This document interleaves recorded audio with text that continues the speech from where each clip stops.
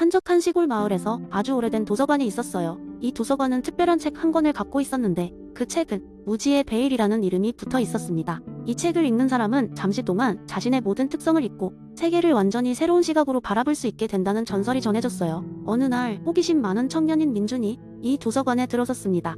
민준은 평소 사회 정의에 관심이 많았고 자신만의 프로젝트를 준비하고 있던 차의 책에 대한 소문을 들었죠. 그는 마침내 책을 손에 넣고 페이지를 넘기기 시작했습니다. 책의 첫 장을 읽는 순간 민준은 갑자기 주변의 모든 것이 흐릿해지는 느낌을 받았습니다. 그리고 다음 순간 그는 자신이 누구인지, 어디서 왔는지, 무엇을 원하는지 전혀 알 수 없는 상태에 빠졌습니다. 민준은 이제 완전 희무지의 베일 뒤에 숨어 있는 것 같았습니다. 그는 앉아있는 의자도, 마주하고 있는 책상도, 그리고 심지어 자신의 손마저도 생소하게 느껴졌어요. 이 상태에서 세계를 바라보는 것이 얼마나 색다른 경험인지 영혼 깊숙이 체감했습니다. 그는 이 상태에서 마녀와 같은 도서관장 할머니를 마주쳤습니다. 그녀는 웃으면서 물었습니다. 무지의 베일을 넘은 기분이 어떻지? 민준은 조심스레 답했습니다. 모든 것이 새롭고 낯설어요. 나의 이해관계가 배제된 채로 세상을 바라보니 겨우 이해되기 시작한 것들이 많네요. 할머니는 끄덕이며 그에게 제안했습니다. 이제 이 상태로 너의 이상적인 사회를 상상해보려. 어떤 제도를 만들고 싶니? 민준은 잠시 생각에 잠겼습니다. 그는 자신의 특권도 부족함도 알지 못한 채로 모든 이가 만족할 수 있는 세상을 상상해야 했습니다. 그러자 그는 모든 사람에게 동등한 교육과 건강관리 기회가 제공되어야 한다고 생각했습니다. 인종이나 성별에 따른 차별이 전혀 없는 사회, 누구나 자신의 의견을 자유롭게 표현할 수 있는 사회, 또 누구나 최소한의 삶의 질을 누릴 수 있는 최소소득 제도가 갖춰진 사회를 구상했습니다. 그의 구상이 점점 구체화되자 민준은 비로소 깨달았습니다. 그는 정의로운 사회란 특정 개인의 이해관계에 기반하는 것이 아니라 모든 사람이 어느 위치에 서든지 공평하게 살 수 있는 구조를 갖춰야 한다는 점을 이런 상태에서는 그렇게나 염두에 두고 살았던 승진, 재산, 명예조차도 그다지 중요하지 않게 느껴졌습니다. 시간이 흘러 민준은 다시 현실로 돌아왔습니다. 주변은 익숙한 모습으로 돌아왔지만 그의 마음속에는 커다란 변화가 일어났습니다. 그는 자신이 상상한 사회를 실현하기 위해 무엇을 시작할 수 있을지 몸이 근질거리기 시작했습니다. 도서관을 나서며 그는 할머니에게 감사의 인사를 전했습니다. 그리고 자신이 경험한 것을 친구들과 사회와 나누기로 결심했어요. 민준은 그날 이후 더 많은 사람들이 무지의 베일을 체험할 수 있도록 돕는 활동을 시작했고 곳곳에서 작은 변화의 물결이 일기 시작했습니다. 이는 곧 정의로운 사회를 향한 큰 움직임의 시작이었습니다. 두 번째 이야기. 어느 작은 마을에 공동체주의에 열정적인 신봉자였던 할머니가 살고 있었습니다. 이 할머니 이름은 메이블. 그녀는 평생을 그 지역에서 살며 조그마한 카페를 운영해왔습니다. 카페 이름은 공동체의 마음이었죠. 이 카페는 이름에서도 알 수 있듯 메이블의 철학을 잘 반영하고 있었습니다. 메이블은 자신의 카페를 단순히 커피를 마시는 공간으로 생각하지 않았습니다. 그녀에게 카페는 사람들이 모이고 대화를 나누며 공동의 가치를 형성하는 장소였습니다. 그녀는 항상 커피 한 잔과 함께 최고의 미소를 고객들에게 건넸고 사람들은 자연스럽게 그곳에 모여들었습니다. 메이블의 카페는 마을 사람들에게 소중한 추억이 깃든 장소가 되었습니다. 어느 날 마을에 큰 변화가 찾아왔습니다. 은퇴한 대기업 CEO가 마을로 이사를 오면서 그가 구매한 땅에 대형 프랜차이즈 커피숍을 열겠다고 발표한 것입니다. 마을 사람들은 걱정에 휩싸였습니다. 새로운 커피숍이 들어오면 메이블의 작은 카페가 사라질지도 모르기 때문이었습니다. 하지만 메이블은 걱정하지 않았습니다. 그녀는 마을 중심부에 서서 사람들이 모두 들을 수 있도록 외쳤습니다.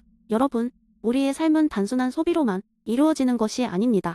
우리가 함께 모이고 함께 나누며 공동의 가치를 만드는 것이 우리의 정체성을 형성합니다. 메이블은 사람들에게 자기 카페가 어떻게 그들의 삶을 변화시켰고 그들이 얼마나 중요한 존재인지에 대해 열정적으로 이야기했습니다. 그리고 이어서 말했습니다. 우리의 선택은 단순히 제품을 구매하는 것이 아닙니다. 우리의 공동체를 지키고 함께 성장시키는 일입니다. 그날 이후 마을 사람들은 메이블의 카페를 단순히 커피를 마시는 곳 이상으로 바라보기 시작했습니다. 그곳은 자신들의 이야기가 담긴 장소였고 서로를 이해하고 돕는 공간이었습니다. 그들은 자신들이 형성한 공동의 가치가 얼마나 중요한지 더욱 크게 깨닫게 되었습니다. 오랜 시간이 지나도 대형 프랜차이즈 커피숍은 결국 들어서지 않았습니다. 대신 사람들은 메이블의 카페 주변에 작은 테라스를 만들고 함께 책을 읽거나 음악을 연주하며 더 넓은 커뮤니티 활동을 벌였습니다. 그곳은 모든 사람이 기여할 수 있는 공간으로 발전했고 메이블의 꿈은 더욱 크게 실현되었습니다. 메이블은 그들을 바라보며 미소 지었습니다. 그녀가 마을 사람들에게 전한 메시지는 단순한 말이 아니라 행동으로, 삶으로 스며들어 있었습니다. 공동체주의의 진정한 가치를 경험한 그들은 더 이상 외부의 유혹에 쉽게 흔들리지 않는 단단한 공동체가 되었습니다. 그리고 무엇보다 그들은 삶의 의미가 무엇인지에 대한 더욱 깊은 깨달음을 나누었습니다. 그것은 바로 함께하는 삶, 서로를 위한 희생과 배려의 중요성이었습니다. 모든 것이 함께하는 그 순간 속에서 비로소 완성된다는 것을 말입니다. 세 번째 이야기, 옛날 옛적, 영국의 한 작은 마을에서 제레미라는 이름을 가진 사람은 동네 최고의 이야기꾼으로 유명했습니다. 그는 사람들에게 새로운 관점을 제공하는 이야기를 통해 그들의 생각을 변화시키곤 했습니다. 어느 날, 제레미는 복리주의라는 새로운 이론을 친구들에게 설명하려고 마음먹었습니다. 그는 그저 강의처럼 이론을 설명하는 대신 모두가 함께 웃고 생각하게 할 수 있는 재미있는 이야기를 만들어내기로 결심했습니다. 그날 저녁, 제레미는 마을의 술집에서 친구들을 모았습니다. 그들은 벤담이 공리주의라는 흥미로운 주제를 듣고 싶어 했지만 그것이 무엇을 의미하는지 개념 자체가 너무 추상적이라고 생각했습니다. 제레미는 사람들 앞에 서서 부드러운 목소리로 이야기를 시작했습니다. 여러분, 제가 오늘 이야기를 들려드릴 세상에서 가장 행복한 마을 이야기를 들어보시겠습니까? 사람들은 이내 호기심에 찬 눈빛으로 제레미를 주목했습니다. 옛날 옛적, 행복동산이라는 이름의 작은 마을이 있었습니다. 모든 주민들은 매일같이 웃으며 살았죠. 하지만 이 마을의 진짜 비밀은 그들의 특별한 회의에 있었습니다. 매주 일요일마다 마을 사람들은 회의에 모여 서로의 행복을 극대화할 수 있는 방법을 논의했답니다. 어느 날, 그들은 마을 한가운데 있는 큰 나무를 어떻게 할 것인가를 논의하기로 했습니다. 이 나무는 꽤 오래되었지만 그늘이 너무 짙어 그 밑에는 아무것도 자라지 못했습니다. 그러나 사람들은 나무 아래에서 피크닉을 즐기며 행복감을 느끼곤 했죠. 이야기가 절정으로 치닫자 제레미는 목소리를 낮췄습니다. 이렇게 엇갈린 상황에서 마을 회장은 결정을 내리기 위해 먼저 모든 주민에게 이 나무가 자신에게 얼마나 행복을 주는지 혹은 어떤 불편을 주는지를 적어달라고 했습니다. 그리고 그 쾌락과 고통의 수치를 모두 합산한 후 마을 사람들은 깨달았습니다. 제레미는 잠시 뜸을 들인 후 결론을 내었습니다. 결국 이 나무는 마을 사람들에게 플러스가 더 컸습니다. 그래서 그들은 나무를 유지하기로 했고 부족한 해설 문제는 주위에 꽃을 심을 수 있는 틈을 만들어 해결했습니다. 제레미는 마지막으로 덧붙였습니다. 이것이 바로 복리주의의 정신입니다. 우리의 선택이 최대 다수의 최대 행복을 가져올 때 우리는 그 선택이 올바르다는 것을 알 수 있습니다. 사람들은 이 이야기를 듣고 웃음과 이해의 박수를 보냈습니다. 제레미의 이야기는 단순한 재미를 넘어 사람들에게 일상의 선택에서 자신의 행동이 어떤 파급 효과를 미칠지를 생각하게 만들었고 공리주의의 핵심을 자연스럽게 깨닫도록 해주었습니다. 그날 이후 행복동산의 이야기는 오랫동안 회자되었으며 여러 사람들이 수다스러운 저녁의 한 번쯤은 가져오는 주제가 되었습니다.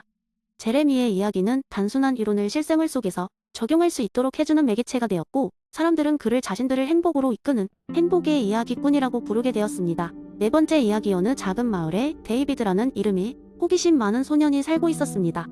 데이비드는 세상의 모든 것이 어떻게 연결되는지에 대해 끝없는 궁금증을 가지고 있었습니다. 하루는 마을 광장에서 열린 축제에서 커다란 불꽃놀이가 예정되어 있었는데 그의 마음을 사로잡은 것은 바로 그 불꽃놀이 행사의 전체 과정이었습니다. 사람들이 전기 스위치를 켜면 하늘이 불빛으로 물드는 마법 같은 순간이 너무나 흥미로웠습니다. 불꽃놀이 기사를 돕던 한 노인이 데이비드를 불렀습니다. 자, 얘야, 내가 한번 스위치를 켜볼 테냐? 데이비드는 신이 나서 달려갔습니다. 스위치를 켜는 그의 손끝에서 전기가 흐르고 순간적으로 하늘이 온갖 색깔로 물들었습니다. 사람들은 환호성을 질렀고 데이비드는 무언가 엄청난 일을 해냈다는 뿌듯함에 가슴이 벅찼습니다. 계속해서 불꽃놀이 장면이 펼쳐지는 동안 데이비드는 깊은 생각에 잠겼습니다. 내가 스위치를 켜니까 불꽃놀이가 시작된 거잖아? 이게 바로 인과관계인가 봐.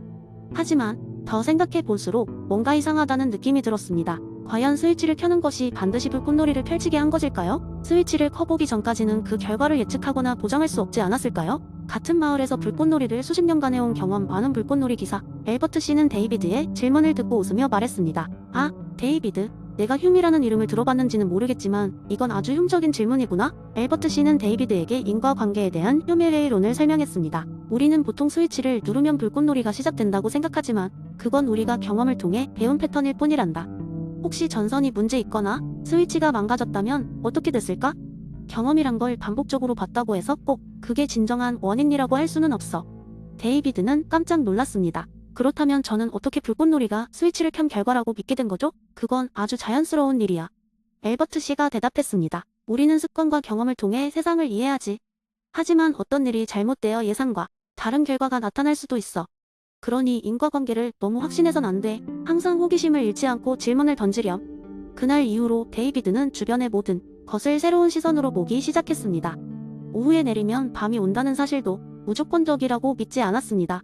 대신 그는 수많은 가능한 다른 시나리오를 상상하면서 매 순간의 변화와 배움을 즐겼습니다. 이렇게 해서 데이비드는 호기심 많은 소년, 예서 생각하는 철학자로 자라나게 되었습니다.